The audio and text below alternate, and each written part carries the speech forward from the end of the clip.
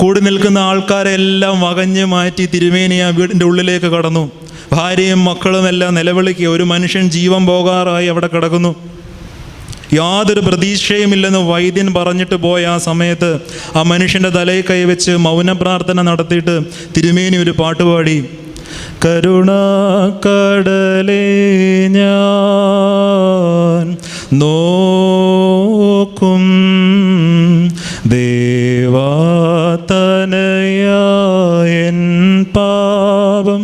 ആ പാട്ട് നമുക്കറിയാവുന്ന പാട്ടാണ്. ഒറ്റ നിൽപ്പിൽ ആ പാട്ട് മുഴുവൻ തിരുമേനി പാടി. ശബ്ദമിടറിക്കൊണ്ട് ആ പാട്ട് സ്വർഗത്തേക്ക് നോക്കി പാടി. കൂടെ നിന്ന മനുഷ്യരെല്ലാം കരഞ്ഞു. ഞാൻ ഈ കടത്ത് കടന്ന് അക്കരെ ചെല്ലുന്നതിന് മുമ്പ് ഈ മനുഷ്യൻ മരിക്കുമെന്ന് പറഞ്ഞ വൈദ്യൻ കടത്ത് കടന്ന് അക്കരെ ചെന്നു, വീട്ടിൽ ചെന്നു. ഈ മനുഷ്യൻ വീണ്ടും വർഷങ്ങളോളം ഈ ചെങ്ങന്നൂർ ജീവിച്ചു.